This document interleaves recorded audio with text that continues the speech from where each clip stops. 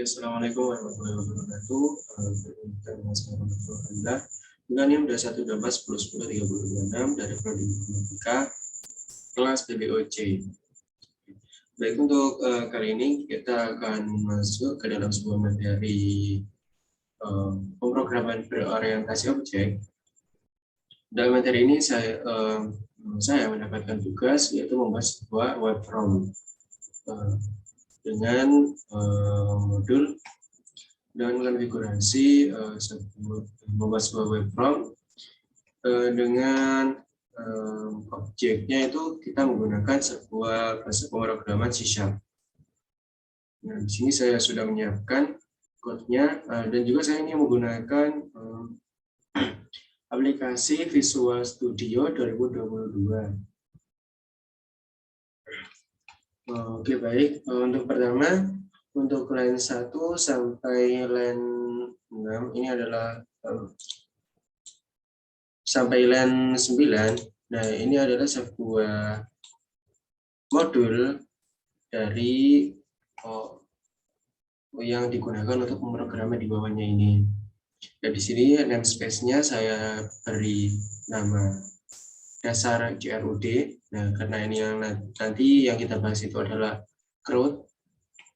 Nah, CRUD itu adalah create, read, update, and delete. Oke, yang pertama ini ada sebuah public partial class in shorten system web UI.page. Nah, ini web UI.page itu adalah sebuah inheritance dengan websitenya. Jadi inheritance dari sebuah website. Mungkin inheritance atau pewarisan dengan ini ya, HTML-nya yang terdapat di Visual Studio ini, di web form-nya.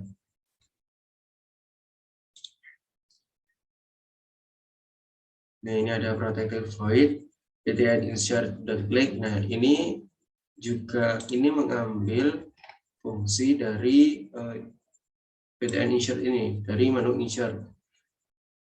Jadi apabila diklik nanti akan melakukan sebuah perintah atau melakukan sebuah perintah. Nah, untuk perintahnya ini apa yang dijalankan, menjalankan sebuah perintah yang dijalankan. Nah, untuk perintah yang dijalankan ini ada sebuah pengambilan atau menginputkan sebuah data ke database MySQL. Jadi saya sudah membuat juga sebuah database yang saya gunakan itu database-nya menggunakan PostgreSQL. Nah, di sini saya sudah membuat database-nya. Nah, bisa dilihat ini adalah database saya. Saya membuat sebuah database yang singkat.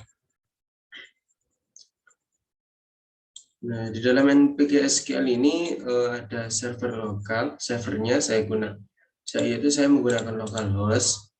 Portnya ini menyesuaikan dengan port SQL-nya. Lalu database identitas itu adalah nama database yang terdapat di PGA-nya ini. Saya membuat sebuah database identitas, maka yang dimasukkan di dalam sini untuk pemanggilan database-nya itu di sini diisi identitas. Lalu user ID-nya saya masukkan Postgres. Ya, karena di PGA-nya ini juga namanya Postgres juga. Bisa dilihat di properties.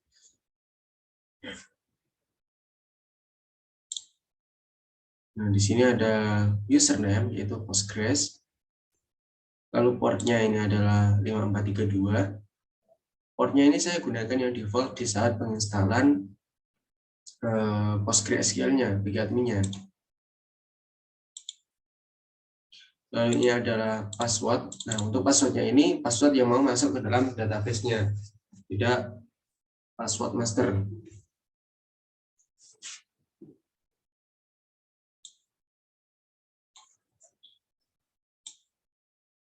Oke. Lalu connection open. Nah, ini mengkoneksikan atau membuat sebuah function metode. Nah, metodenya itu open. Nah, ini npm.sql.comment. Nah, insert. Nah, ini penghubung atau insert untuk identitas. Maksudnya itu menampilkan sebuah perintah atau mendapatkan sebuah value ke dalam tab kolom name, kolom nama, dan juga kolom kelas. Nah, identitas ini itu nama dari tabelnya juga. Jadi, untuk nama tabelnya itu saya juga menggunakan identitas. Lalu untuk nama database-nya yang saya gunakan yaitu identitas. Jadi sama antara tabel dan juga kalau mau dibedakan semuanya ini adalah atribut identity, atribut yang lain, maka di sini yang diisikan yaitu atribut nama tabelnya, bukan yang diisikan nama database-nya. Karena untuk nama database-nya itu sudah dipanggil di pemanggilan database ini dengan memasukkan user ID dan juga password-nya. Nah, untuk yang di sini ini pemanggilan kolomnya. Nanti untuk menu insert, jika kita mengklik sebuah insert atau menambah data, nah itu mau value-nya itu mau dimasukkan ke dalam mana? Ke dalam tabel apa? Ke dalam tabel apa dan juga kolom mana? Nah, untuk cmd parameter new, nah ini penambahan ke dalam sebuah kolom name, kolom nama, dan juga kolom kelas. Nah, di sini untuk name-nya itu di-convert. Nah, karena di dalam sini penggunaan name, nah itu menggunakan input datanya string, maka di-convert menjadi integer. Nah, untuk connection close, maksud connection close. Jadi setiap kita setelah mendapatkan sebuah data baru dan itu bisa ditambahkan, maka akan keluar datanya itu akan hilang.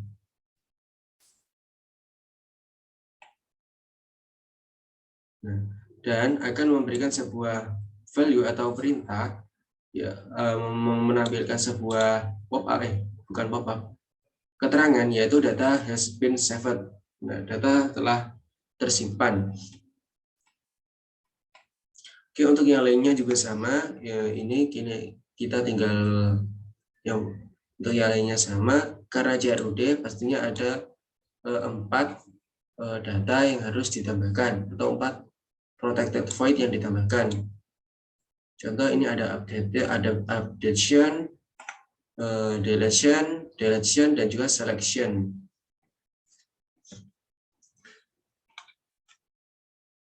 Nah, untuk selection ini fungsinya untuk menampilkan tabel yang terdapat di dalam tabel, menampilkan sebuah tabel, dan juga menampilkan value yang terdapat di dalam database kita. Nah, untuk delete ini di dalam menu delete, protected void bit and delete. Nah, untuk bit and delete itu juga sama, itu kita mengambil dari HTML-nya. Nah, di HTML-nya itu membuat sebuah button. Nah, apabila kita klik buttonnya itu, maka akan menjalankan perintah yang terdapat di JS-nya ini. Nah, untuk pemanggilan atau untuk pemanggilan database yang akan dihapus, nah itu kita menggunakan name ID. Nah, di sini adalah ID. ID-nya itu berapa yang dimasukkan, maka nanti akan dihapus, di close. Nah, di sini ada name ID.text. Ini mengambil dari yang di sini yang terdapat di dalam name. ID-nya itu berapa, nanti dimasukkan ke perintah atau fungsi delete, perintah delete ini. Selesai sudah, tinggal update. Untuk update itu juga sama. Untuk update itu memperbarui. Jadi pertama kita masuk, sebelumnya ada sebuah data yang telah tersimpan. Nah, kalau kita masukkan perintah delete, maka kita mengisi sebuah data baru. Untuk yang pertama, mungkin maaf, saya jelaskan saja untuk code-nya ini lebih jelasnya ya. Nah, di sini ada cmd comment.text. Nah, update identitas set nama. Nah, mungkin kalian sudah tahu maksudnya set itu apa, mengubah value. Nah, di dalam variabel nama. Di dalam variabel nama ini ada add nama, terus kelas itu ada kelas nama, where name at name. Nah, kenapa yang di where itu name?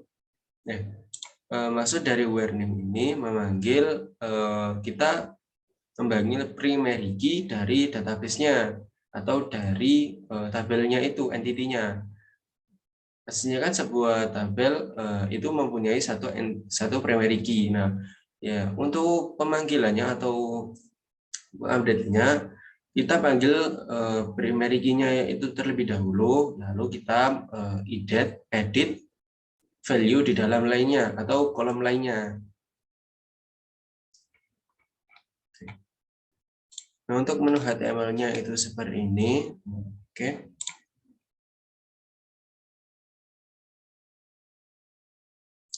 Nah, ini ada beberapa tabel. Yang pertama ada beberapa masukan, yaitu ada nama ID, class ID, dan juga name. Mungkin saya run aja. Oke, di sini ada 4 menu. Yang pertama di insertion itu ada menu insert dan juga update. Nah, untuk menu insert itu fungsinya untuk menambahkan data. Jadi pertama kita ketikkan name. Kalau kita ingin menambahkan data, kita coba ketikkan name. Contohnya 0123. Nah, untuk namanya contohnya yaitu Rohmat. Rohmat. Oke.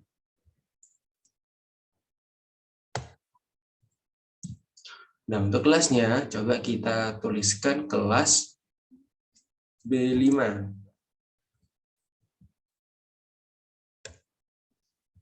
Lalu kita klik insert. Nah, setelah kita klik insert, kita coba cek ke PG admin-nya apakah menambah data yang telah kita insert tadi. Nah, di sini sudah terdapat keterangan data has been saved. Berarti data telah tersimpan. Coba kita cek apakah benar sudah tersimpan. Kita run. Oke, benar.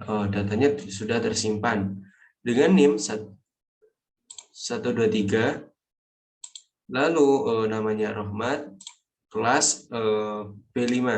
Oh, berarti untuk nolnya tadi tidak terisi karena 0 ditaruh di awal. Setelah itu coba kita melakukan sebuah update. Nah, untuk pertama yang dimasukkan itu adalah primary key-nya, primary key dari database-nya. Di sini yang menjadi primary key adalah sebuah kolom name. Jadi kita masukkan value-value yang terdapat di kolom name ini. Kalau kita mau, contoh saja kita mau mengedit menu yang kita tambahkan tadi, atau yaitu name-nya 123. Coba kita masuk 123. Nah, untuk first name-nya kita coba ganti Habil. Untuk kelasnya kita ganti B10. Kita klik update. Oke. Jika muncul sebuah keterangan data has been update, data telah terupdate. Apakah benar? Coba kita cek lagi. Sekarang. Nah, sudah keluar. Nah, untuk name-nya itu yaitu Habil, untuk name-nya sama. Untuk namanya yaitu Habil dan untuk kelasnya itu berubah menjadi B10. Nah, mungkin untuk sekian untuk menu update-nya. Lalu kita masuk ke menu deletion. Nah, di menu deletion itu maksudnya untuk menghapus sebuah datanya. Untuk caranya penghapusan dengan cara kita masukkan name ID-nya. Nah, bisa dilihat di sini name ID-nya berapa. Oke, ada di bagian admin-nya. Name ID-nya coba kita hapus yang 123. 123. Nah, untuk 123 tadi namanya Bill, kelasnya B10. Coba kita klik delete. Oke, data has been deleted. Maka benar sudah terhapus, kita cek. Kita run.